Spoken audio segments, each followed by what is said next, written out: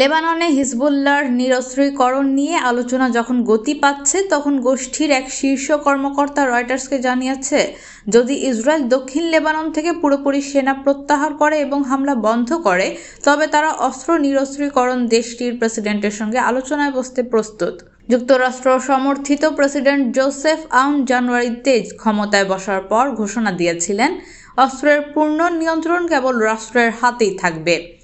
তার নেতৃত্বে শীঘ্রই হিজবুল্লাহর অস্ত্র ভান্ডার নিয়ে আলোচনা শুরু হবে বলে জানিয়েছে দেশটির 3 জন রাজনৈতিক সূত্র।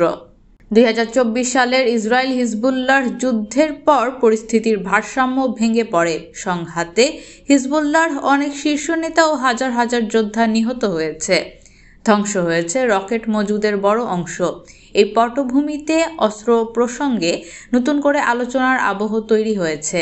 হিজবুল্লাহর কর্মকর্তা বলেন, জাতীয় প্রতিরক্ষা কৌশলের প্রেক্ষাপটে অস্ত্রের বিষয়টি নিয়ে আলোচনা করতে আমরা প্রস্তুত, তবে শর্ত হলো ইসরায়েলকে দক্ষিণ লেবাননের 5টি পাহাড় চূড়া থেকে সরে যেতে হবে এবং লেবাননের ওপর তাদের আগ্রাসন বন্ধ করতে হবে।